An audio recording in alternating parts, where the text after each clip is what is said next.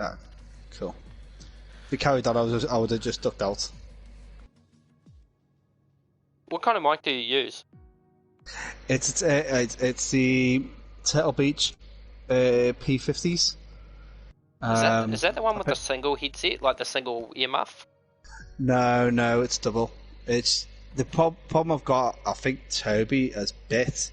Do you know the part that you plug in? Oh yeah. And it goes like the. So I got the waves at the end of the little fitting, the flexi bit at the bottom. I think he's bit into that because every time that moves, it kind of it gives a singing loop, which is why everybody gets an echo. Maybe tape Sorry, it. What's the matter? Oh, We're what live. you mean? What Toby did? Yeah. Oh, okay. Yeah. I had to step out for a second and back. Okay, I'm going to start my intro in a minute because I'm not officially live on my one.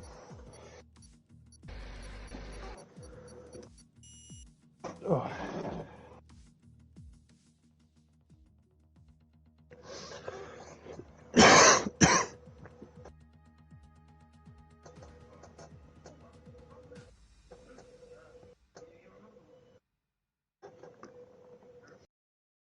Hello and welcome to the tea time then. To TNE regional. Oh God, I'm getting it all wrong.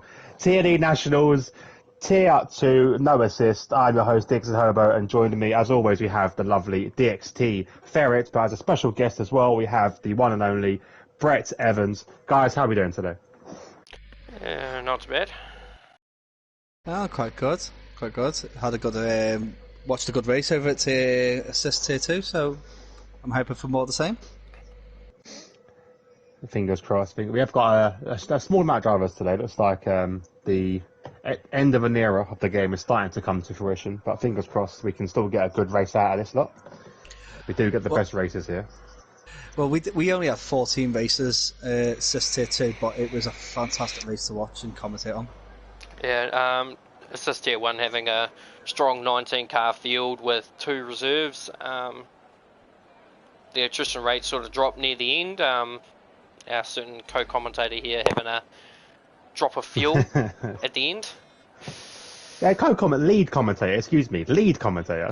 No, I'm joking. Yeah, do you know what it was, right? I was obviously the bit where it was raining, trying to save fuel and stuff. We had a wet race, and basically, I got so caught up with a battle between Rapol and everyone around me that I just literally forgot to change my fuel down. And then anyway, I got the race is over for me anyway. So I got kind of squeezed by Rapol off the track. Partly my 50-50, my fault, his fault. Didn't give me enough room. I stuck my nose in where I shouldn't. And after that, I was like, do you know what? I'm not going to get anywhere anyway. So might as well just cruise to the finish. The child is here, Izzy. Izzy is here. Yay, Izzy! For those who didn't catch that, do watch back the Tier 1 assist stream. It was Brett was sort of fiddling about, trying to check on all the other leagues like he does when he's commentating. And he goes, is Harry commentating with a child? Turned out to be Izzy. Yeah, as if I don't feel Brett, guilty. any words? As if I don't feel guilty enough about it as it was when you came. I mean, I think the insinuation. I think you might have started the insinuation, and then it wasn't until Ken confirmed it that I thought, oh shit, what have I done? For the record on it, it did put me off my game a little bit for about a good 10 or 20 minutes. So if that's not a showing of how guilty I felt about it, I don't know what is. But who's the first driver? Yeah, you were kind of speechless for a little bit, which is quite good, to be honest. So It's very rare that Brett's speechless. Yeah, exactly. Yeah, exactly. So I think March was the first driver out on the circuit today. Haven't seen March in action for a while, actually, so this should be a good watch. What I'll do, let's who we got? Gaz, you want to jump on board and do your lap rundown? I need to get the current standings from. I've not got them yet. Alright, well, what we'll do, we'll jump on with Speedy.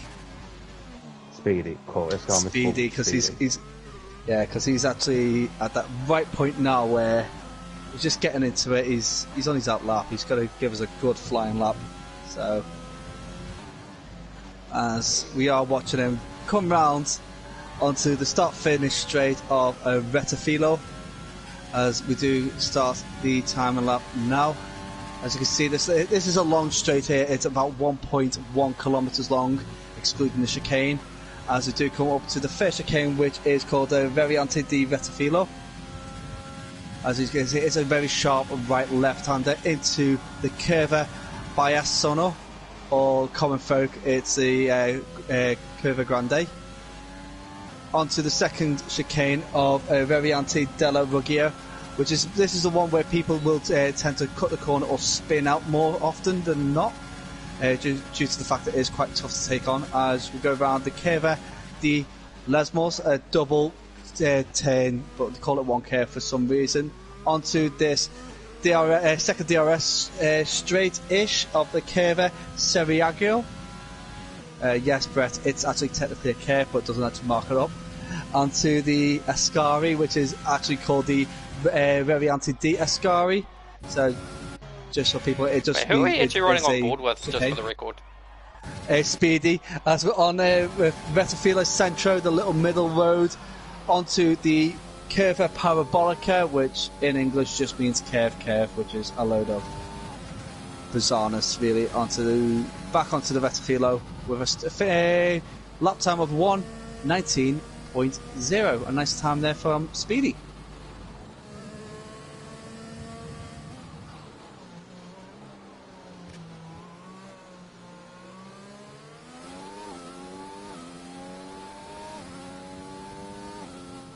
So just sorting out a little dilemma with no assist tier 1. Basically calling the championship a close. Oh, that's unfortunate. Blame the people not turning up, that's the real reason on it.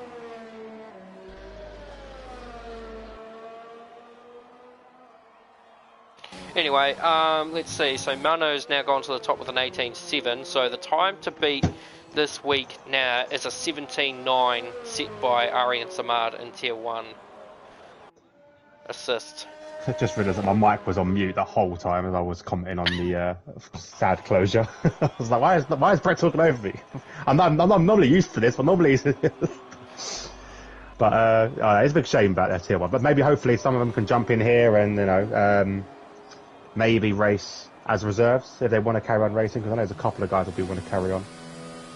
Yeah, it looks like they're going to just resolve the race as a fun race, but yeah, as far as it goes.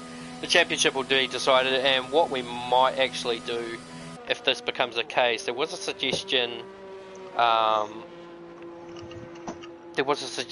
that Assist Tier 1 starts doing back-to-back races. Not so sure about that one, but we could always... Yeah, we always put a pin in it and we can decide later, I suppose. So I just mentioned the championship. Let's have a look how our championship here is getting on. Started with your driver standings. I know the guys probably seen this already just now because I put it up, started talking and realised that my mic was muted. So leading the way is still Thierry with 161 points. Second place is Joe Roberts with 148. You have Ken Doyle with 129.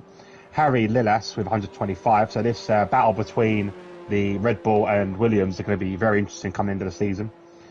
We have Mano Biegfeld, who's found his form again, up into 5th with 114. Scotty Harris with 102. Christian Havinga splits up the two Ferraris with 92, with Johnny Stokes on 86. Then we have Carl Dyer with 81, Freddie Martinez on 70, Dennis Collar with 57, Rolly Shields with 52, Goran with 35, had a good race, couple of races now. He's had quite a good point scoring with less drivers. Patrick Boiler with 20. Then we have Marshall Sandy and Chris Murphy with joint with 8, Decky with 2, Robert Siska with 1, and Nicky Niemanen and Miguel Fragoza with 0. What that does to your crucial constructors. Red Bull are leading the way with 286, but only 9 points behind Arden Williams with Williams Boys with 277. Ferrari with 188, Racing Point with 138. Then we have the Mercedes team with 122, Alfa Romeo at 92. 2 points behind them is the Haas on 90. We have Renault with 78, Alpha Tauri with 37, and still on 8 points is the McLaren boys. But there we go, all done and dusted. So while we have you to a bit of a lull in the thing, we're waiting for cards to go around. Do check out the link in the description as well, guys. We have a brand new DXT TV live merch, which features merch from the TTFL League, the FSL Super League, which we are now involved in as the TTFL League as a team. So you can show your support for TTFL with that merch there as well. There's also merch for the Heads Up podcast as well. So you can get a nice graphic with our logo on it as well. And obviously the DXT TV logo as well. I've already spent 150 quid on it, by the way. Like, it's actually quite sad. Am I alone here? Where has everyone gone? I've just been a little bit quiet. Sorry there. So, come on, guys.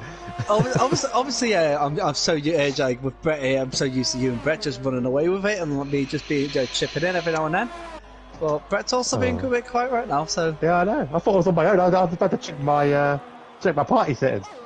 Guys, as well, to all mention as well, the next 13 days you will get 15% off, so do make the most of that as well. I know Izzy always said she loves to get merch off Sidemen and stuff like that, so Izzy, there is plenty of stuff there for women as well, so do have a look at that. And so yeah, so fingers crossed, I got Punch Summit. Currently past lap. Sorry guys, go on.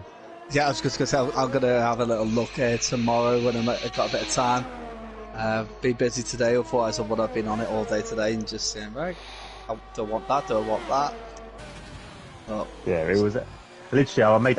It's funny because I made the site and I was looking at it, I was like, I actually like some of this stuff. So I've got like TTFL, or I call it like a Team Apparel shirt. It's got like, you know, like a football shirt where you've got the two logos, you know, the team logo and then the sponsor or the sponsor that they make. I made that for the FSL Team Apparel one, so you can rep the TTFL. Fingers crossed we do well in that. That starts on Sunday. Can't wait for that. Don't forget to tune in for that on Gaz's channel as well, DXT Ferret Gaming, to watch basically the whole everything TTFL will be focused with Gaz as well. So fingers crossed we get through and we do well. Absolutely.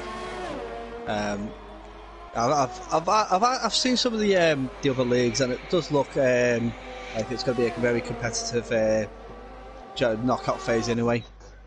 Yeah, I've fingers crossed anyway. I'm looking forward to it, and fingers crossed, you never know, maybe in a new game we can get a TNE team going. Really show what this league is capable of, because we have got very quick drivers here. Oh, absolutely. Very quickly, as I read some comments, he's digging a hole. He's not surprised, just disappointed. Okay, so we've got to talk about this. In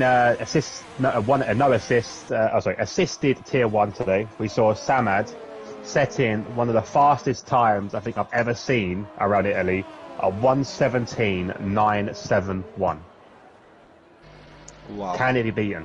Can it be beaten? That's the question. Well, it's with no assist tier 1 not being in the fray at this point, big answer to that, no. Because Ken, who's on pole position, is more than a second off. I'm still surprised he managed to do well with the race. We had a wet race. He did a dry setup and still did it amazingly well. Like, I don't know how. It kind of begs the question: is there a point in having a wet setup? In Monza terms, it's probably not as bad because there's not as much aerodynamic features to the circuit. Because it is a power circuit, you rely more solely on your straight line speed. So with Monza, you don't necessarily need to have such low wings in a wet setup, because the car's stability is still going to be quite skatey as it is. So it's kind of easy to get away with a wet setup here. But if you were going to, like, I don't know, let's say Australia or something like that, you would probably suffer by having a dry setup on in a wet track. Just note also, we do have a reserve today in Carlos, who's in the US regionals. He's also a commentator in tier 2. My co-commentator. So he's reserving today just to fill some numbers up, which yeah, so to answer your question, Carlos, it's not a quali ban. It's just that reserves aren't permitted to qualify in the nationals and at this point in the European regionals either. It's just that because in the European regionals we've got drivers like Samad, Jack Bedford, really fast drivers that would always qualify on pole, win the races, and sort of mess up the championship perspective. Arguably saying they'll claw their way through the field as it is anyway, but it just gives you more of a realistic championship feel with the reserve starting at the back as Mano now improves to 18.5, still not close enough. Still quick, very quick though, very, very quick from Mano. We have seen a rise in form from Mano, which is I do like. Obviously, starting the season very shaky. Got a couple, I think a couple of incidents as well. And then the second half of the season, he's really come back. So it is good to see another contender for these title races. But he's got a bit of a way to go. He's still 47 points from Thierry, who's leading the way. But look how close it is. At the top, it's so close. Everyone's really tight in this league.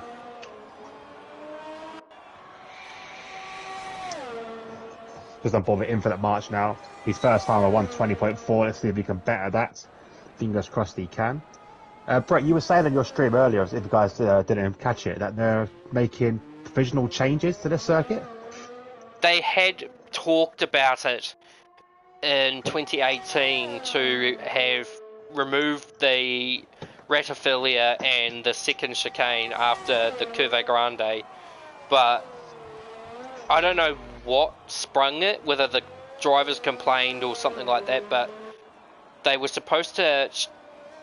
Well, basically the straight section at the Ratifilia was going to be you just go straight through, so it'd be the endless long straight into the Curve Grande. So Curve Grande would be turn 1. Turn 2 would be basically the start of the second chicane that would then flow through into 3, which then would head into the first of the Lesbos. Oh shit, I did it again. I swear it's a force of habit now. It's gonna happen. It is honestly. I said it the first time in season 1, and ever since I've sworn I'd never say it, and it just slips. But anyway, they go through. So the idea was to turn Monza into the true temple of speed by removing the chicanes and turning it into a flat, basically a really flat first and second sector. So basically back to what it was at the beginning, but just leaving Ascari as it is. Yeah. Basically, yeah. Which means they were probably going to chop about... speeds. Gaz, you go first, but I don't agree with it personally. I don't. At the moment, I know the circuit itself has been looked at through other reasons because it's still not meeting all the criteria points for a level 1 safety, and if you're going to add speed onto some of the corners that do not meet the requirements, then you're going to drop it down out of FIA grade 1, becoming a grade 2, which means not even F2 can race there. So it'll be a temple of speed for your F3 and your GP cars, your GT cars. So I can't see it happening, not until there's going to be development with the new aero, phase, and hopefully the cars stick like glue. If not, but then the problem you're going to get as well is like where you can overtake. You're going to have because it's just going to be the Mercedes or the faster Mercedes, but the faster cars that are fastest in the straight lines, the best top speeds, are just going to pull away. There's going to be no chance of catching them. The only chance of catching them is that first chicane. Really, because you can make a mistake. Like it's fair. I don't know. I don't agree with it. I think it's just stupid. If you're gonna make a temple of speed, make a bloody oval. Just let them go around in a bloody oval. Well, they've got an oval there. Well, they've got an oval there. They're just not allowed to use it. The banking was so aggressive back in those days that I think it claimed about 7 or 8 lives during the 60s. Yeah, you can imagine because they pick up 210 miles an hour. On that straight before that chicane. If you're going to be flat out, you're going to be hitting 230, and look at the wall we're on board with now. There is no runoff there for you know, that kind of speed. Maybe You're talk in gonna the kill correct. someone. Maybe talk in the correct unit. We're not metric here, so let's talk imperial. So, well, what's that in imperial then? I'm So English, you were talking about roughly English. about 360 kilometers an hour. Yeah. So but you're gonna kill. They're gonna kill someone. They are gonna kill someone. This track isn't designed for it. If it had a massive runoff feasibly like speaking, France, in that then way, okay. Dan, they are supposedly going to be slowing the cars down for 2022 as it is with the new regulations and ground control. Yeah, but that straight is still gonna be ridiculous. I don't know. I don't think it's any different to DRS. I don't really think DRS it's and different slipstream. to That's still gonna be ridiculous. China. If you think about it, at China you're doing excess of 350 kilometers an hour, and then you've got to come to an abrupt stop. But but everyone knows it's an abrupt stop. But yeah, it's got a massive runoff. Yeah, runoff there. Even if you have a brake failure, that runoff goes off, and the game doesn't show it, but it does. Goes a lot further than what it goes. It goes a lot further, and there is an incline as well after that point to help reduce the speed. The degradation on that area is a grade 5. That's only good if you've got brakes, like unlike Sebastian Buemi back in 2010. Oh, that would have been horrifying. Yeah. Because also as well, the Curva Grande, like we see it's like in races where you're going too wide through that. Even like with in this situation we've got now, the track that's in now, it's so easy to have a car crash there. If you're adding 15, 20 miles an hour to these side by side, even if they have reduced the speed, you're still going to be picking up a lot of speed through that corner. And then one loses it. That car is not only going to go straight into a wall, but it could possibly go airborne at that speed. You do need to slow these cars down, and you need corners, and you need it to, and also for fans as well. You need to be more exciting. You need to have some sort of chicane. Because otherwise, it'll be disappointing. You might as well just do an oval. That's my rant over, anyway. But, guys, what do you think in the comments? Like, would you like to see a true Temple of Speeds where basically all the chicanes are gone, or do you prefer it as it is? Or what's your opinions on it? Let us know. Interesting to find out. I think personally, on the scale of things, when you think about it in terms of the circuit itself, it's not really a temple of speed. Austria is a temple of speed because you're literally nearly sub-minute lapping around the circuits. So I reckon with ground control and all that kind of stuff, the cars next year are going to be under a minute around Austria. So you can't call Italy a temple of speed because the average lap time around Monza is still about the same average lap speed of like Hungary. So the only reason they label it as a temple of speed because it's such a fast-natured circuit. It's because there's not very many high braking zones apart from turn 1 and turn 2. Now, I remember back in the 90s when the Ratifilia was actually 2 sets of chicanes. There was a chicane, as soon as you exited the pit entry point, there was a bit of a right-hand turn, which then, like a little tiny kink, which then set up to first set of chicanes, and then you went up a bit more, and then there was a second set of chicanes more towards where the runoff area is at turn 1 and turn 2, and then you fed up towards the Curva Grande. I don't know, honestly, why they changed that. Well, the double chicane was actually causing a lot of problems with speed, and it was not giving you an overtaking moment because of your line that you had to take to go through there. So they made it to one single chicane just to give the overtaking chance. But if you're going to remove the chicane altogether, then there's going to be no overtaking there. No, there's not. There's literally, and even like DRS won't. That's all it will be, a DRS straight. That's all it will be. I think because you can maybe get an overtake done on the Ascari if you're brave enough. Like we saw it like today, I got overtaken on Ascari. But even that's dangerous in itself. But we'll put a pin in that. We'll quickly read through the DXC starting grid, starting with your T&E pole position being Mano Biegveld. Great qualifying from him. No one beat the amazing time set by Samad, so Samad will take the title for the time being. We have Ken Doyle coming up in second place. Thierry Delanade hoping to hold his championship title chance alive in third. Johnny Stokes had a good qualifying there in fourth. Speedy not so good in fifth. We have T&E. T&E. Why am I reading that? Patrick Boillard in sixth. Dennis Collar in 7th. Scotty Harris, another poor quali from him, in 8th. Freddie Martinez in 9th. Robert Siska comes in 10th. There, Dean Fabrice in 11th. Mark Trisandi in 12th. Brett, maybe he'll be able to this guy's name that's reserving. Carlos, there we go. Carlos in 13th, obviously having to start at the back as a reserve driver. So there's like no Harry today. So no, I don't know. I believe he's got a new job, but it more towards the night. So I'm thinking he probably just wanted to sleep in today. Interestingly, like I say, March, I haven't seen race in a long time, starting a bit further back on an alternate strategy. He's always been quite proficient at doing these alternate strategies, so keep an eye on him. Had his 100th Grand Prix back in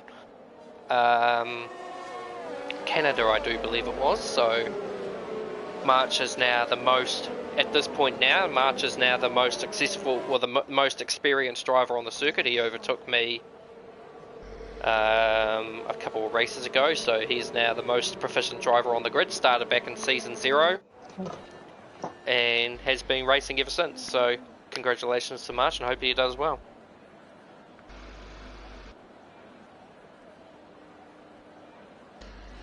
One second, let's just check in a possible technical difficulty with one of the channels. I'm not sure though. Okay, so 1 light, 2 light. So I'm Brett Gaz, you go. Let's go! Absolutely, you all cocked that up. Dicky had an absolute shocker. Carlos and Dicky have both had absolute shockers. They're miles behind the rest of the field heading into turn 1. Everyone's actually managed to really filter their way through cleanly, but Mano absolutely is bolted. And championship points leader Terry. I thought you had some technical issues with your stream, but it does appear that you are still going live. I thought your stream had cut out, guys. Brett. Oh, okay. That's what I thought it was. But there we go. It was a very good start from these boys here, with no assists as well. It was fantastic to see no incidents in turn 1. I still reckon a safety car at some point today, though. Yeah, you always get someone making a little mistake where a safety car will come out. But I will be honest, we didn't see a single safety car in assists tier. We had 2 back to back. Yeah, literally back to back, wasn't it? First one was caused by Kieran McClay having a really interesting crash at the Curva Grande. My only guess towards the situation is that he got on the grass, lost control, went off, or in the wet conditions he just drove off. The second one I think was for Liam Towie, who crashed at the Ascari chicane on the restart. So obviously in dry conditions it's not as easy to make a mistake as, oh, Joe's going to fancy move up the inside. Thierry there doesn't quite get the... Quite ambitious there from Joe. It's not a move I would have made likely, but of course Joe is fighting Thierry for the championship at the moment, so 30 points separate them, so he needs as much points as he can get. I can confirm now that Tier 1 no assist is now ceased and desist, and Andrew Lee is now officially the 3-time TNE champion. Well done. It's a shame. Yeah, it's a shame, but fingers crossed, you know, they can join here, you know, maybe, and have some fun with the Tier 2 boys, as long as they, you know, don't cause too much controversy. But I'm sure they'll just be happy to race, to be honest. It's a big shame, though. It's just, I think it's when the game comes to an end, like this one is, like we've seen it here, like the season just falls off, especially when you get to halfway through. Some drivers be like, oh, I can't be bothered, what's the point, I'm not going to win anything. They're not there for the long haul, which is a shame, really. You're not going to win every race, guys, let's be honest, so just enjoy it. You know, you're here to race in the day, just enjoy it.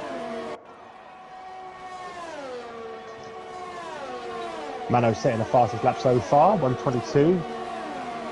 As we have a move from Dennis Collar on Johnny Stokes up the inside of turn 1. Can he make it stick? Bit of contact there, bit of rubbing. Can Johnny Stokes hold it off? I don't think he can, because Dennis has got the inside line and the better grip. And he's just going to fly past. Can Johnny switch it back for the next chicane? It's a good overtaker spot if Dennis Collar can get it covered, but I think he's a bit too far back. Good move there from Dennis, as our first penalty comes out from Thierry.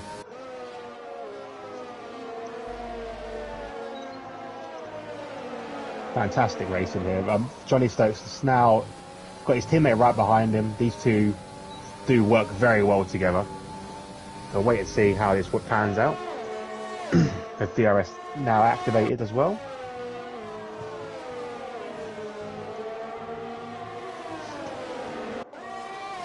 Bit of luck up there as well from Johnny Stokes. Go on, Gaz.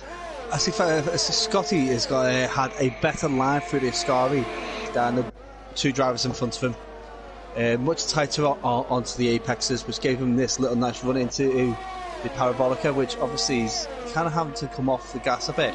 As Johnny Stokes has a little bit of a wiggle there, and his teammate and Patrick Ballard do get past him quite nicely. Yeah, there must have been a brown trousers moment there for Johnny Stokes, but he does manage to, gather himself. Just lost 2 places there, so better that than losing a wheel. Absolutely. But I would love to see Robert Siska get up there on the podium. Be the only Italian. Yeah, it is Robert Siska, isn't it? Yeah. No, I was just shocked to be, The reason why I want to see him on the podium is because he is the only Italian on the grid, and this will be his home Grand Prix. So it'll be quite nice. Saying that as well. Oh yeah.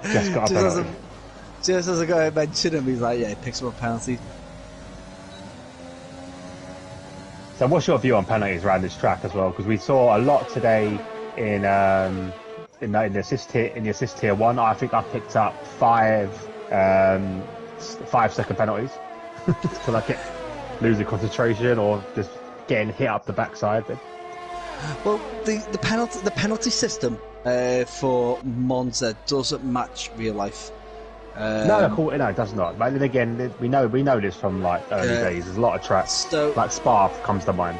Yeah, the Ascari, you've got the allowance of the red and white curbs, whereas if you ride them a bit too much in the game, you do get a penalty, which means that you're never going to be able to meet the racing line that you should be taking, obviously, because the game generates the safe racing line, they call it, because it's the safest, relatively quick racing line. It's not the best, but it's not the fastest racing line. It's definitely not as far from the fastest, but it is the safest. And you've got Speedy, who's just picked up a penalty there going through the Variante della Ferrovia, which it's the one where you're going to get the most penalties from, because you can't ride those curves as much as you would see on F1.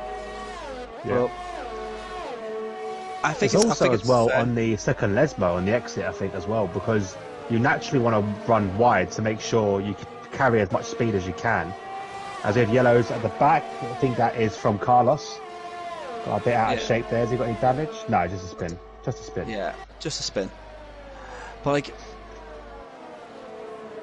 this is where you look at it thinking where you're going to pick up the penalties from the most, and it is between the corner you said you will pick them up there as well. The Ascari is very tough. If you can't ride the curbs, it's really tough to take that on. But again, it's fair because everybody is in the same situation. Yeah, of course. Yeah, so it's frustrating because I think it's worse when you have, for example, the F1 is actually racing the same track as you're racing that same week. If that makes sense. So you watch the race and you think, oh, okay, you can run wide there. You go to copy it, and then you get a penalty. Yeah. So it's frustrating in that sense. But once you get the hang of literally it's a black and white. Do not cross these white lines. Then you're fine. I think it is frustrating on some tracks. You see Dennis Collar there doing exactly that and running wide, possibly just about on track there. But it's just natural for the car to swing that way. You just gotta really go against your own instincts, which is hard. But it's just one of them things, isn't it? I suppose. This is another exit there. The exit of Ascari as well. I think it's difficult the final exit. Yeah, it's there was a little dirty rumor that I heard of a future game where it allows the online league mode to have stewards involved in it, which means they can adjust some corners. for the penalties. So they can follow the F1 rules where they go right on, say, on here. They go right, oh, okay, turn 7, on the exit turn 7 you can run wide onto the curb there. Which is the second Lesmo corner. So meaning that stewards can actually adjust the line so you don't pick up those automatic penalties for following the F1 line. Dennis, sorry, interrupting you. Dennis Collar gets really unstuck there through that second chicane. Look, managed to keep his car on track, which is unbelievable. Went into a bit of a Tokyo Drift moment, but did open the door for Scotty, who has jumped up into 5th. Sorry, guys. No, that's absolutely fine. I'm just kind of finishing off my points anyway, but I would love to see that become a really installed in a game. Like you have your commentators that could steward the race, so it's actively on point where they can go right. Actually, they deserve the penalty, they don't. Well, honestly, iRacing does have this policy where you can assign a steward which can deploy safety cars, give penalties, remove penalties, and all that sort of stuff. So it's not an unguaranteed feature, and I'm pretty sure a MotoGP game has a live stewarding system as well. So it's, the technology is there for these companies to do it. I'm just not sure. I mean, we don't know what F1 2021 is going to bring on the PS5. We don't know a lot about what the future, because obviously I don't think while we're on PS4, Codemasters or EA Games or whoever the hell runs the joint is going to incorporate something like this, because it could be possibly too big of a task. But moving into the next console, as Mano picks up a 3-second, which means Ken's in a box seat here, but maybe when they move to strictly PS5 only games, it could be a possibility, as well as bringing back red flags. Yeah, definitely. And fingers crossed as well, a simple one is the lapping on the safety car. Hopefully they'll bring that back as well. Oh, that would be brilliant. It needs to be done. It does need to be done. But somebody, like, obviously, if you watch Brett's stream for the assist tier 1 today, oh, hold up. Thierry's just made a move on Ken. And then Johnny Stokes has made a move on Patrick. Is he back running now? Mano's in the pits. Mano pitting early there. And I do apologise for people watching my stream. I'm just trying to dissolve this. Well, it's not. I wouldn't call it tension, but I'm just trying to dissolve this tier 1 matter. So Johnny Stokes took on Patrick just before the parabolic. On the exit, loses a bit of ground, and then Patrick has managed to get back in 2-6 before the first chicane. So a fantastic battle there between those two drivers. Yeah, brilliant stuff. So yeah, what I was saying was, if you watched the Tier 1 assist race today, you saw a lot of 5-second penalties get picked up. Normally it was due to contact on the safety car, because you get instant 5 seconds if it's your fault or not. For example, I lost concentration, hit the back of someone. I believe he didn't get a penalty, but actually I did, which is deserved. There was another one where we had the Delta come up, and I've hit the brakes because my Delta was going up, I was over my Delta. The car behind hit me, so he gave us both 5-second penalties, which I thought was a bit. So if these live stewards are a thing, or can be a thing, it would be good if those kind of ones can get deleted. I think everything else has to be probably done outside of the race, so you can actually have a look at things. Adjusting track limits would be nice, but then I think it's just you're going to different league races and that kind of stuff. The league system, I know from the start of this game, didn't work very well. It just kept constantly crashing as we see some more drivers come into pit. So if they make the league system work better and have penalty, the people can adjust points and stuff, then fantastic. But if not, as we see Dennis Collar making a great move there past Scotty Harris up into second place provisionally at the moment, because everyone is starting now to pit. Nothing Scotty could do there to defend, but can he come back? Very low ERS at the moment from Scotty. He's on 16%, whereas Dennis on 41. I don't think Scotty's going to be trying that one.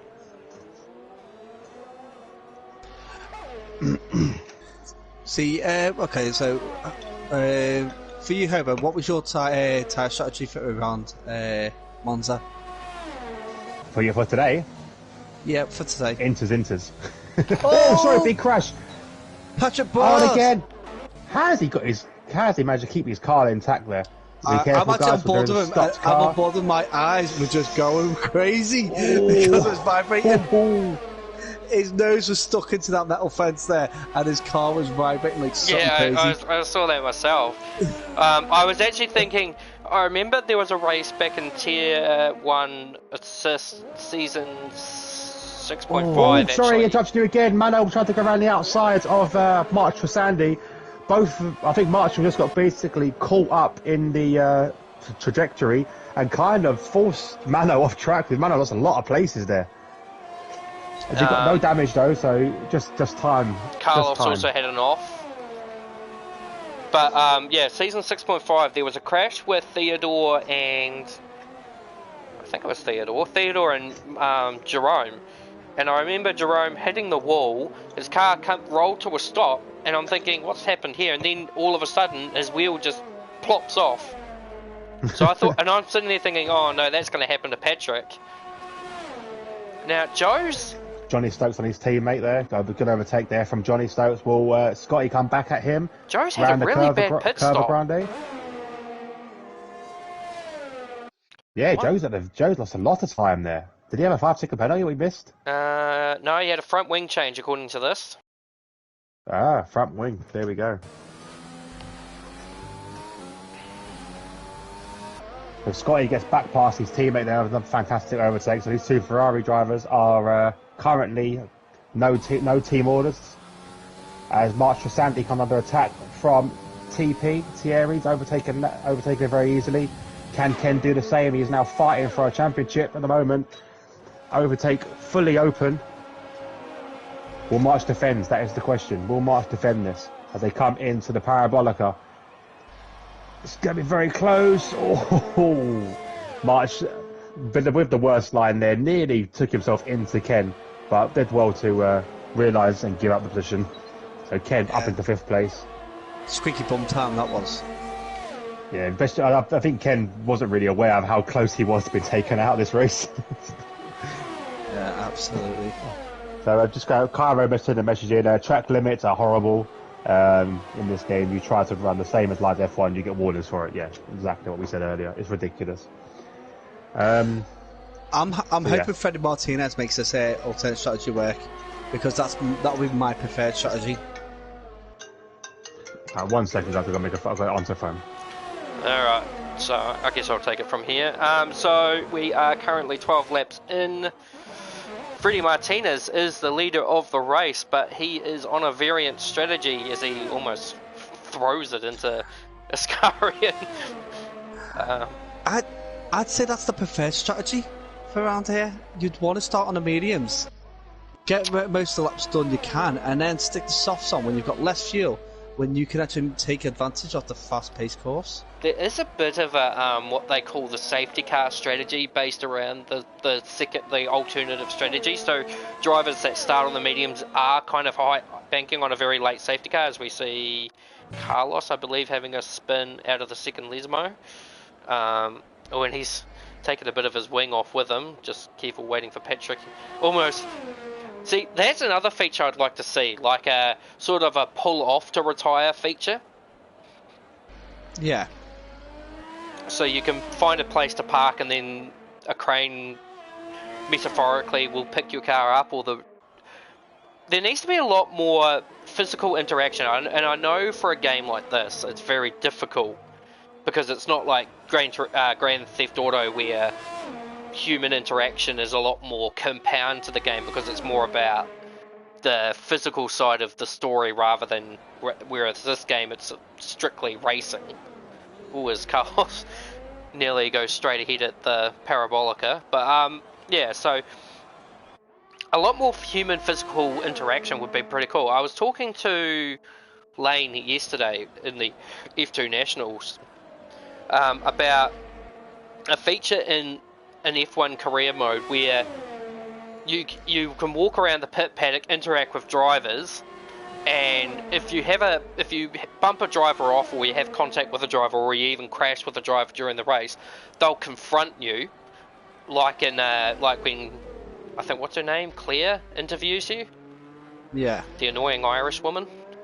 But they'll interview you and say, what the hell was that about? And you get your sets of answers, whether they're, you know, you could have your smart ass answer, your begging for mercy option, or your flat out sort of generic answer. Sorry to interrupt there. Just think Ken Doyle just make a pass on Thierry in the first chicane there. So Ken Doyle now up into 4th, and he's only got like Decky, who's in front of him right now, who's still got a pit. Mano is roughly about 5.2 seconds in front. So that's his next target, really, is Mano. Sorry about that. No. So your answer, basically what happens, your answer could reflect on the impacts of that driver on the track. So say you knock Lewis Hamilton off the circuit and you decide, nah, stuff you, I'm going to be a smart ass about why I did it. He'll remember that, and then on track it will show, because if you try to overtake him, he might take an aggressive approach to defending you, because obviously he's still angry with you about what you did in the last race. I think that'd be really cool. So basically you're thinking that taking the report elements from RPG games such as like Skyrim, Fable, that kind of thing, where your actions reflect on people's attitude towards you. Yeah. That's quite interesting. That would be really good. It would develop the career mode into more than just a racing game. It'd be a racing driver game. So you actually encompass the whole life and lifestyle of a driver, which will be really interesting to take on. The other element behind it too is that it would give the game a lot more depth. Now, understandably, I can understand that a lot of people watching this would be saying, no, we need to fix the offline or the online features of it. And arguably, yes, you know, the amount of bugs in this game that we're seeing. Although surprisingly for me, you know, we saw Freddie Martinez making a pass on Scotty. Yep. Just before the Scary, and he's really close to Infinite Marsh right now. And he's making a move. Oh, what a move by Freddie. Because Infinite March makes a mistake, and now he's like opening the door for 2 cars to go past him.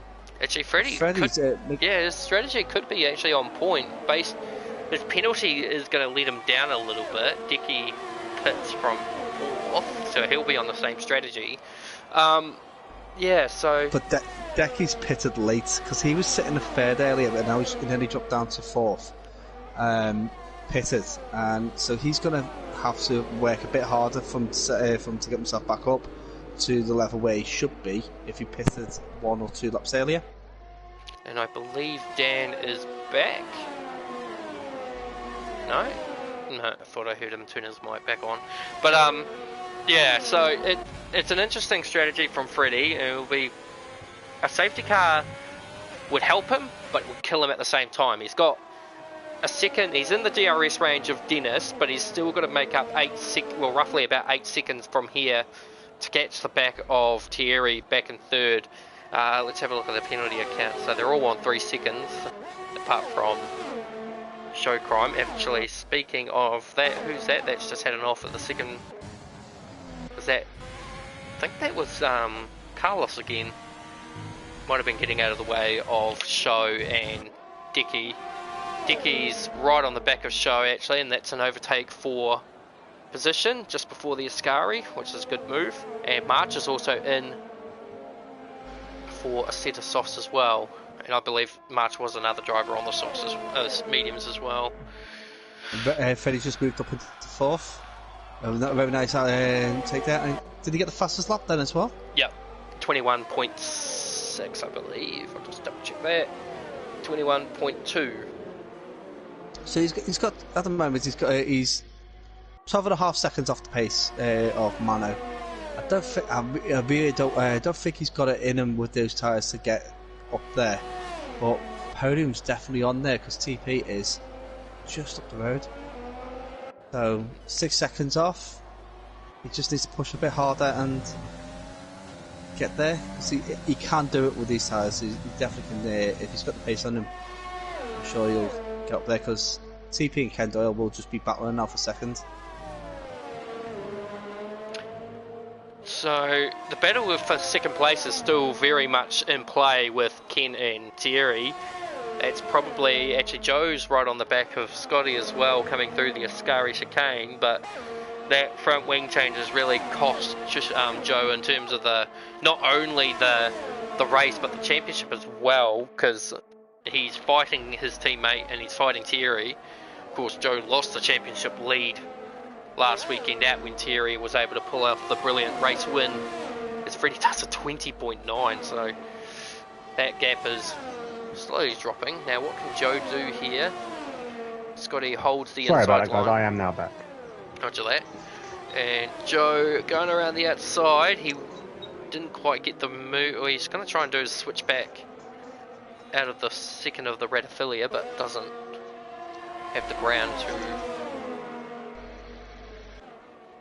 No, it's very difficult to get the switch back on that because all the traction is on the inside. So very difficult for Speedy there, and you can see running low on ERS to boot as well. So sorry guys if you did hear any conversation on stream. I've just forgot that I've got two mics on, so you would have heard part of my conversation there. Just the downside of being a boss, that you're contactable constantly 24/7. So actually Gaz and I were talking about a feature that should be introduced into F1 games, which is a driver interaction. So if you tap a driver off the field, off the track, they'll confront you in a cutscene, to which then you've got to answer a question as to why you think you did what you did, and your reaction will dictate how they react to you on track. Oh, we've got TP making a move on Ken up into the first chicane. That Carlos makes it complete. Yep. That'd be interesting. What I would like to see, actually, from a spectator point of view, like, was obviously at the moment we're all watching similar sort of races. If Speedy gets past Scotty, I would like to see if, like, when you drive like getting close, no overtake has happened, or a crash has just happened, is to see either a mini replay that comes up like you do in F1, where it comes up between the two names. Like, that'd be pretty cool to see, as Scotty's making another run back at Speedy down the inside. Can he get it stopped in time? And he can. It's a great move there from Scotty, back out in front. Speedy's got a hard time with it today. Yeah, I just need to ask Izzy what's up, because she's just mentioned my name in the stream. Don't know. And Carlos is saying no assist is freaking tough. Now, I mean, if you've literally turned your assists off just to race in this, I mean, it's not bad of a track to do it, but it's still a pretty bad track to do it. If you really want, I think the best track to do it would be Spa-Francorchamps, because it has everything. I'd go with more USA. USA has the collection of every corner. Oof. Nah, But I mean, in terms has... of difficulty with the track, Spa would be a lot easier to learn because it's a lot longer, whereas with the USA it's just bang bang bang bang, corner corner after corner after corner. Well, that's what you need. You need to be able to take on those from 10, 12 right up to 10, 20. That's where you need to put your testing into it. Because I'll be honest, I've gone over to no traction control, and I struggle with holding it in some lines, and I practice my heart out on USA. Even though I hate the circuit, I think it's the worst circuit on the F1 calendar. I practice it because it had the collection of all the corners. Because I do find, like, a Spa, most of the corners are quite similar.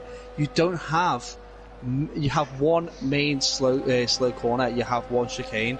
You don't have any double apex turns really, apart from Poulon, which is very wide, so you could take a full throttle anyway.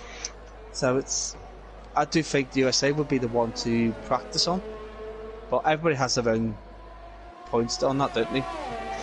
Yeah, personally, I practiced on Austria because I had a real death wish. Well, oddly enough, my return race after 4 months not touching the game was Austria. So in terms of readjusting, because obviously I don't use assist apart from racing line, going into iRacing you don't have racing line on period, and you're fixed to cockpit cam, so you sort of got to deal with what you've got. It's not so bad readjusting, But in terms of assist, ABS is probably the easiest to turn off. Most people beg to differ on that one. I'm sure Amar begs to differ on that one because that's the only one he ever keeps on. Racing line is certainly the hardest one to turn off. Just because people talk about it not being an assist, but while it's not what we call an assist, it's called a visual aid. And yes, people say, yeah, but it's in the assist menu, so it's an assist.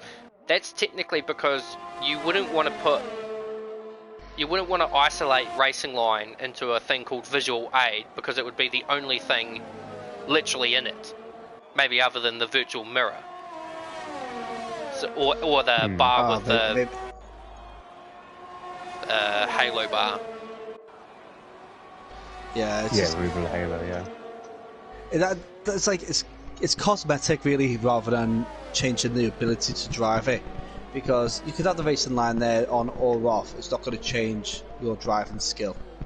It just gives you something to aim for. Yeah, it's just a visual. It's a visual marker, and literally 90% of the time, the racing line isn't even accurate. So you don't tend to follow it. It's just there, so you know roughly where to brake. Yeah. Well, like I said earlier, the racing line itself, it's a mathematically safe line, not a actual racing line. It's there to give you the safest line through the corner rather than the fastest. So it's just a guideline, nothing else. Oh, Johnny Stokes runs wide, gets his first penalty there. That's going to really cost him, because he's actually currently been held up by his teammate. Scott, he's really off the pace now of Joe.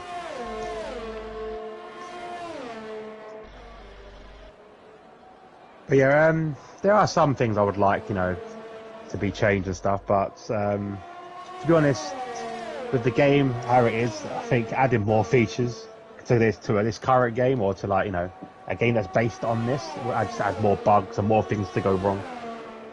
Well, I mean, unfortunately, the game is not perfect. It just seems to be that every time they seem to think they've fixed an issue, another one rears its ugly head. So, we rant and rave about it, but it's not going to change, because the problem is that we rant and rave here, but we don't rant and rave to Codemasters, and even then they ignore half the people, because it's like, we know that's a problem, but there's nothing in their books, there's nothing they can do about it. But they can, it's just that because we're so close now to the next game, they're not willing to put any more effort into this. What I personally think, this is my biggest thought process in it, because we know that Grand Theft Auto has divided from Grand Theft Auto Online, as Freddy picks up another penalty, so that's going to ruin any hopes of him snagging the podium, although he has brought that gap down to literally under a second to Thierry, to Ken and Thierry, so that's a great job.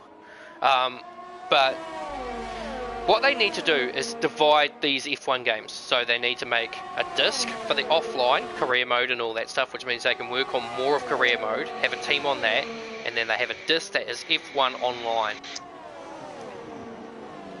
Yeah, that would definitely work. Ken's making an audacious dive on Thierry. Got a better traction as well, so can he do it? Go through the Curve Grande, he'll have the inside, but if Thierry can hold it around the outside, which he can't. No, he can't. Good move there from Ken. He's had to make his move there, because obviously 4 laps to go in this race. He wants to really close in on this title race.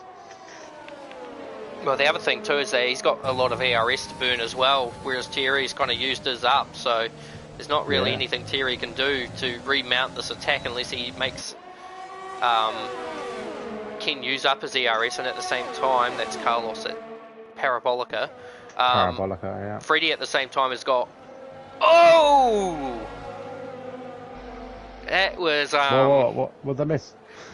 Oh, Freddy went for a... What just happened? Freddy went for a last-minute lunge on Thierry and then backed off at Ascari. It was just so... I don't know if Freddie outbraked himself or something, but he just threw the car up the inside and braked in time just to stop it. That could have been a hell of an accident if that had gone through. And I'm sure Thierry would have had a sense of deja vu. Freddie's actually really throwing that car around in sector 1. I wouldn't be surprised if he picks up a third penalty very shortly. Johnny Stokes once again getting overtaken by his teammate there. These Ferraris swapping place left and right as Speedy is now pulled away. 1.5 seconds to gap between those two. What's the penalty situation? We're watching the battle here now for second place. They're all 6. Johnny has 3, so Johnny might still be able to jump his teammate at least. Freddie picks up some more dirt. I think, actually, no, that might have been Thierry that might have picked up the dirt there. Now, let's see if this happens again. They're doing well right now to stay ahead of him. But yes, Thierry back within DRS of Ken, still right up his backside. Freddie had a but really lost good a lot run of time there. Yeah, Thierry had to break mid Ascari, so not a best line from Ken, which hampered Thierry, which could leave the open now for Freddie. But Freddie gets a bit unstuck, manages to hold it, so that's going to lose any momentum he was gathering as we enter the penultimate lap of this race. They're still battling it out, though. Still fighting. Thierry's got no ARS. He's a sitting duck. He's going to survive for one more lap, possibly. He needs to save as much as he can for this lap. Yeah, he needs to hope that Ken picks up a penalty if he wants to jump ahead. But in terms of the championship, I'll just have a look at that again just to know where Ken is versus Thierry. He's right behind him. Ken is 32 points behind Thierry, so Thierry can afford to surrender 5 points at least. Or 3 points in this case, I should say. No, well, you never are. You never are. You're never going to be happy when you're losing points against the leader. But more critically, he is going to extend his points lead over Joe by at least 9 points. Freddie has the fastest lap, so that's going to be interesting. But yeah, Mano's just been on this roll from the sounds of it for the last few rounds, and it's just unfortunate. It sounds like the start of his season didn't go quite to plan. No, it didn't at all. Like at the start of this season, I expected Mano to be up there because we watched him last season as well. So I did expect him to be making some moves, and it just didn't happen. And now it's just we're just seeing the true Mano pace come back as he starts his final lap, just ahead of these guys. A couple of seconds up the road.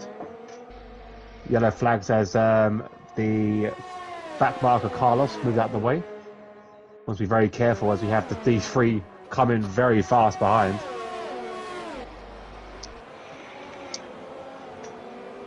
There's Carlos Corda to make something different happen here. Ken made a mistake. Ken made a mistake. Go on, Brett.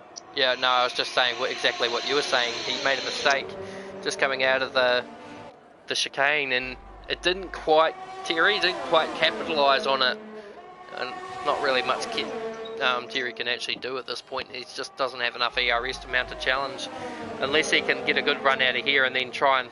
No, he just doesn't have the run. He just seems to be so compromised through Ascari.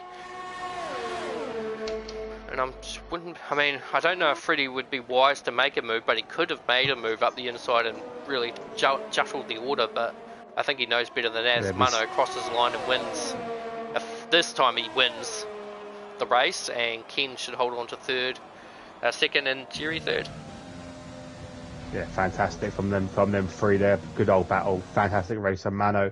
As Dennis Conner will come in 5th place. Can Joe jump him? I don't think he can. Too many penalties for Joe. Comes in 6th. Johnny Stokes going to cross the line in 7th. Oh, Johnny Stokes so like you said, Brett, Johnny Stokes has jumped Speedy. Jumped Joe Roberts there. Yeah, I think there was a strategy play with the two Ferraris. I think Scotty actually let Johnny go, knowing that they could at least still... Because there's one thing that I know from experience of last season, when I was racing, Joe doesn't like Scotty and Johnny. It's not a personal dislike. He just doesn't like the idea that he gets beaten by them all the time. So that would have been that would have hit Joe where it hurt. Yeah, definitely. He won't like that. Obviously, everyone's competitive here. Freddie Martinez gets the games driver of the day. Are we in agreement with that one? I would. I personally didn't pay much attention to today's race, so I'll just go take your word for it. He started ninth. He used the alternate strategy, which I do think is the strongest strategy anyway, and he's made it work really well. It's just unfortunate he picked up the penalties. Yeah, it was fantastic to see this race and the alternate strategy working as well. So let's jump to the final standings. So our race winner is obviously Mano. Had a perfect weekend, nearly perfect weekend. Obviously, Freddie Martinez has spoiled that party for the fastest lap. Ken Doyle comes in second, Thierry in third, Freddie comes in fourth, Dennis in fifth, Johnny jumped Joe Roberts there in sixth place on penalties. Joe comes in at seventh, Scotty in eighth, Dean Fabrice picks up another 2 points there for his campaign in ninth. We have Robert Siska, another point for him as well in 10th, and yet no points unfortunately for Infinite March and Patrick Boylard. And a good showing, you know, I've got to give a hat off to Carlos, first race in no assist, and he stuck it out, 2 laps down, but he done very well there. So well done, Carlos. I mean, when you're basically throwing yourself in the deep end, you know, no one forced Carlos to race. He raced on his own choices. He turned off, well, he didn't actually have a choice. The assists get turned off manually by the coordinator. So, you know, you throw it in there. Understandably, you struggle, but, you know, he held, like you say, he held it in. He didn't pull in the pits and retire. He was respectful enough to the drivers on the track not to cause an accident. And, you know, he drove really respectable, so I would actually almost be inclined to give him driver of the day more than Freddie on that account, but of course, as a reserve, you can't really do that. Well, that was fantastic from him. Like I said, I know that obviously me and Brett both have dabbled in no assist. Gaz recently just turned off traction control, plus he's on the way, I should say. But I mean, you guys kind of got lucky that you turned your assists off in 2019, wasn't it? Yes. And 2019 to 2020 are the two easiest, in my opinion, games to be on no assists. I turned my assists off at the end of 2017 to the beginning of the 2018 game, and that was a nightmare. I will be honest. I'm actually. This is like. I got the 2019 game just before the 2020 game came out, and that was my first F1 game in years. My game before that was the Formula 1 game for the PlayStation, so I've not even played a Formula 1 game since then. It was a huge gap. It's like 20 years of not playing F1 racing. It's not too bad. Mine was 2013 was my first game back from playing the last game. The last game I played was F1 2001, but the last game I owned was F1 99. And then, jump into 2013. Didn't know half the drivers, like some of the names sort of, you know, Sebastian Vettel and all that, I never heard, because Formula 1 disappeared off my, off the TVs at where I lived as well, so kind of lost touch with Formula 1 for a long time. Yeah, I think I was in the same boat actually, because I used to work at a theme park, so a lot of the time I was working during the times F1 was on. As Mano was joined, obviously Thierry was already in the party, so Thierry has joined as well, and just waiting for Ken, and then we can get underway with the T&E Victory Lane. Yeah, well done to all the drivers that took part today. Special shout out to that said to Carlos, who did make that jump. It's very difficult to do, and it's good to see someone taking that leap. While we're sort of waiting for these guys to come in, don't forget, guys, do check out the description below in the channel of the DXT TV Live. You can see the new Discord we got going. The official DXT TV merch as well is down there as well. So you do have a look at that. And also as well, if you can not subscribe yet, please hit that like subscribe button. I am only 5 away from 100, and I promise after that I will stop begging I will stop begging. Whereas And there we we go, there it are is, 10. currently Yeah, 12. you've been going longer than me, all right? We're 12, currently 12 away from 600. So You've been going longer than me, so I'm happy with what I've got. I've made a jump quite quickly, I think. so I guess Let me just have a look. Who have we got? We have got all three of them, I believe. Yep. So Race finisher Thierry. Thierry couldn't get the best of Ken today. You had some good little ding dong battles we saw. Disappointed with today, or are you quite happy with third place?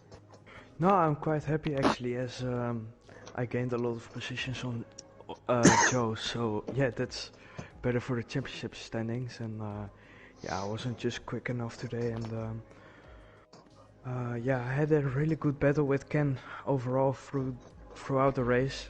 And on the last couple of laps, he was just too quick. I think he had more ERS than me, and I was like, I have to stay in his DRS to protect myself from Freddy, and yeah, I did it, and it worked perfectly. So yeah, I'm quite happy with P3. Yeah. So was it a struggle with the ERS today? Did you find it hard to manage? Because we obviously the gap of the ERS was actually quite a lot, but I mean the double I think Ken had over you. Was it difficult for you to manage today?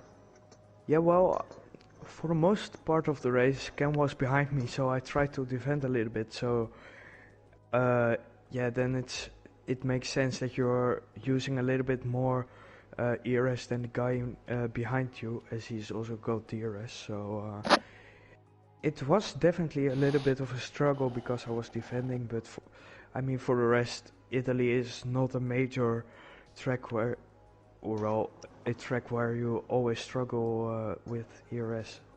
So yeah, I think I managed it quite well, and yeah, I'm happy with the race, how it went. Well done for your third place, pal. It was a good race to watch. Ken, jump on to you in second place. Must be happy with that again. That's like you said earlier. You had a great battles with Thierry. Managed the ERS a lot better, which I think did help out in the long run. How did you find the race from your point of view? It's nice to have a good race without any spins for a change. So, and then have a good battle with Thierry as well. It was good fun. Just like he said, he was ahead for most of it using ERS, and I just stayed behind and didn't use a lot and made the overtake when I felt I needed to stop myself coming under threat from Freddy. Yeah, it was fantastic to watch. I said Izzy be definitely happy having two of our biggest fans go on the podium today with you both. Did she give you any coaching today? I know that she's been commentating today, so she had a bit of an insight. Did she give you any tips or tricks? No, she was no help today. No help. You hear that, Izzy? No help. Right? If I'm Ken himself, no help. No, well done. Obviously, your boy your boy Speedy couldn't get past the two Ferraris today. Is that going to affect your championship, do you think, for the constructors? Well, still gained a few points on Red Bull with Harry not racing, so still going to be pretty close for the rest of the season. Yeah, definitely. But well done for your second place. It was a fantastic race. Moving on to Mano, who's found his form finally. Only took him 14 races, but he's finally won so many now on the trot. Mano, man, where's this come from? Like we say it at the start of this, when you first start getting podiums, that you were just not there. Like you was never on the podiums at all in the start of this season, and now you just found your pace again. What's the difference? What's changed?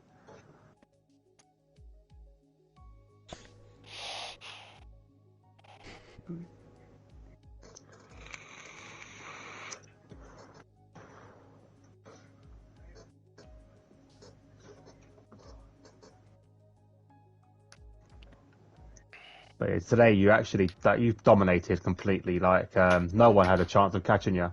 Was it the track you particularly like, or was it just pure setup or management?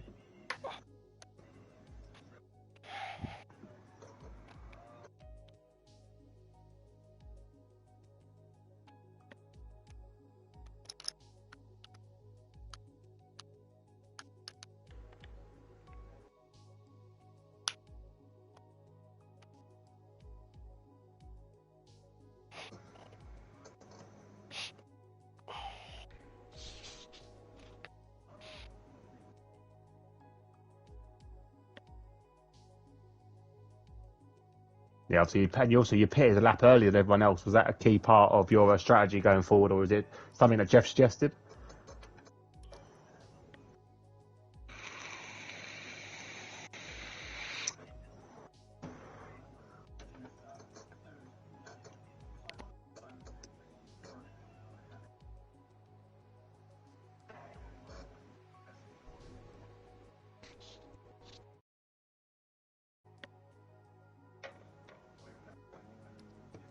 And also, I was there on your first lap on your mediums, you had a bit of tanglement with Infinite March.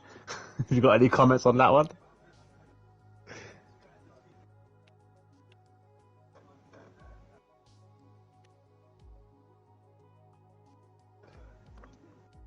Speaking of actually of Infinite March, Ken, do you know how close she was as well to being taken out by Infinite March at one point on the Parabolica?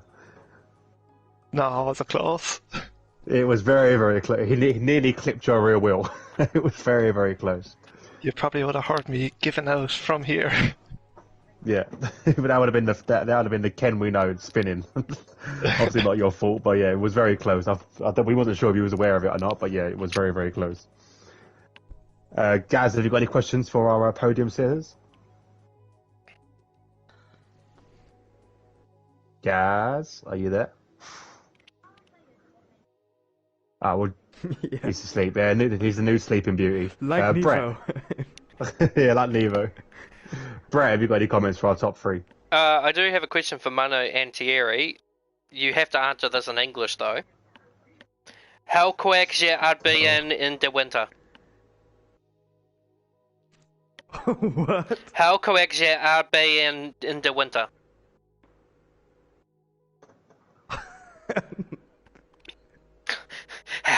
Okay, I'll translate it. How What do are you you grow? trying to say? How do you? I said in Dutch. How do you grow strawberries in winter? Oh. What's the actual Dutch for that? Let's get the actual Dutch Yeah, for let's that. get the actual Dutch. In de kassen, denk. Ja, ik heb geen idee. I don't know, actually. Maybe it's... Oh wait, it's supposed to be in Dutch, right? Ja. Ja, Yeah. ik denk dat het uit Spanje komt of zo.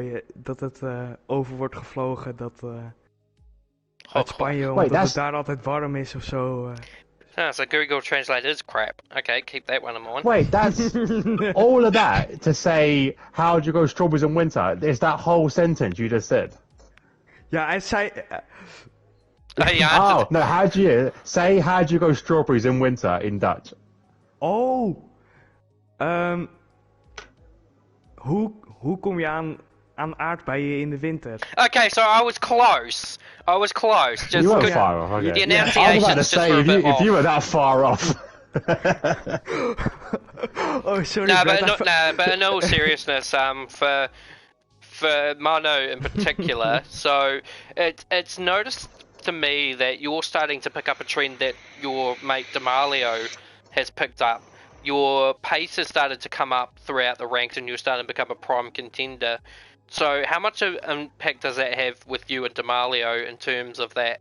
Especially given that you two have been so used to racing together, and this is the first season that you've been apart. How much has that influenced you to try and get back up to tier 1? Not that it really exists anymore.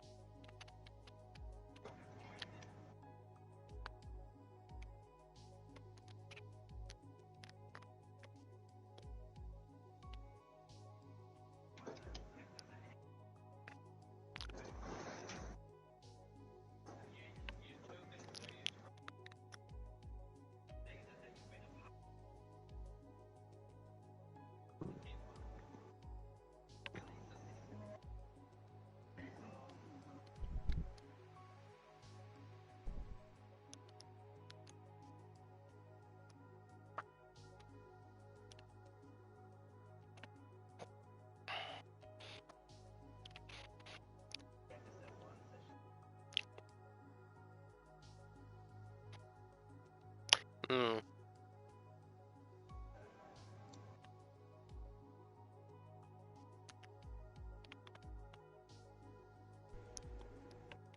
Hmm.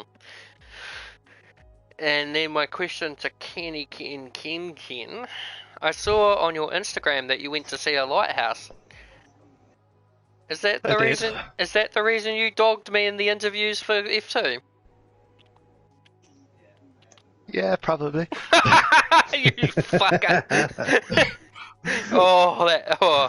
I like doing interviews for DXT. Commentator Oh, of the year. yeah, here we go. The big, I He should knows have, where it is. I should have figured as much. Well, being honest, like, why would you waste your time? You'd rather go to an award-winning commentary team than your stream. Because you get to talk to the one of the greatest commentators in time, Lane Everingham. Who? And you, Brett. Yeah, and me. I just don't want to take my horn. So, Gaz, any questions? Are you back now? The only question I've got is everybody looking forward to Singapore next week? Oh yeah, we'll start with the third placer today, Thierry, Singapore. In my opinion, the most exhausting race on the calendar. So, yeah, mixed feelings. I like the track, but it's a very, very long race. It's got like 23 corners or something. So, yeah, at the end of the race, you're totally destroyed, I would say. But yeah, it's a good track, so I'm looking forward to it. Ken, same question. It's probably one of my favourite tracks on the calendar, so I'm looking forward to it. Oh, you guys are nuts. Like Thierry said, I love it long as well. race. I agree. I don't mind. I don't mind Singapore. Concentration. Singapore doesn't like me. I think last season proved that when I was running P3 and then got spun by Nizzy under the safety car. Mano, same question. Singapore.